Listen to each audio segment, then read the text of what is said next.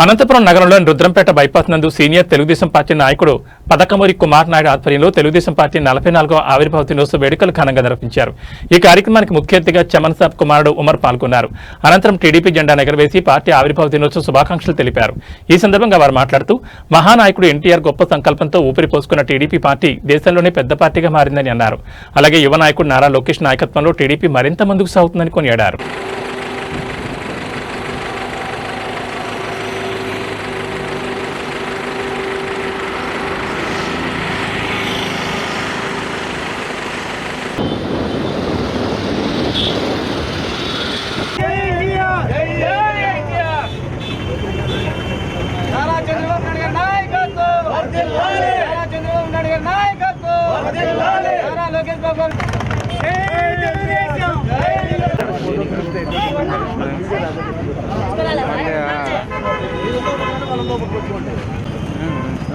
पूरा सैलरी का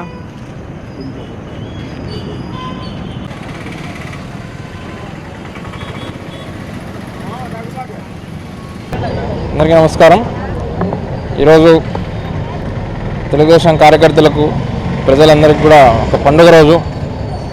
తెలుగుదేశం పార్టీ ఆవిర్భవించి నేటికి 44 వసంతాలు పూర్తయిన సందర్భంగా నగరంలోని రుద్రంపేట పంచాయతీలో సీనియర్ నాయకులు శ్రీనివాస్ రెడ్డి గారు, అలాగే ఉమా గారు, అందరూ ఇక్కడ ఉన్న మహిళలు, మన టీడీపీ కార్యకర్తలు, ఐటీడీపీ కార్యదర్శులు అందరూ కూడా ఇక్కడ దిమ్మెను ఏర్పాటు చేసి దాన్ని అలంకరించి జెండాను ఎగరవేయడం జరిగింది। పార్టీ విజయానికి గుర్తుగా, అలాగే పార్టీ ప్రజలకు చేస్తున్నటువంటి సంక్షేమానికి గుర్తుగా ఈరోజు వీధి వీధిన వాడవాడల తెలుగుదేశం జెండా రెపరెపలాడుతూ ఉంది। ఇలాగే తెలుగుదేశం పార్టీ నారా చంద్రబాబు నాయుడు గారి నాయకత్వంలో అన్న ఎన్టీఆర్ గారి ఆశయాలు కొనసాగిస్తూ నారా లోకేష్ గారి నేతృత్వంలో తెలుగుదేశం పార్టీ ఇలాగే వర్ధిల్లుతుందని, కార్యకర్తలందరికీ కూడా ఎప్పుడూ చెదలు వాదులుగా నాయకులందరం కూడా ఉంటారని కూడా సభకు తెలియజేస్తూ సెలవు తీసుకుంటున్నాం।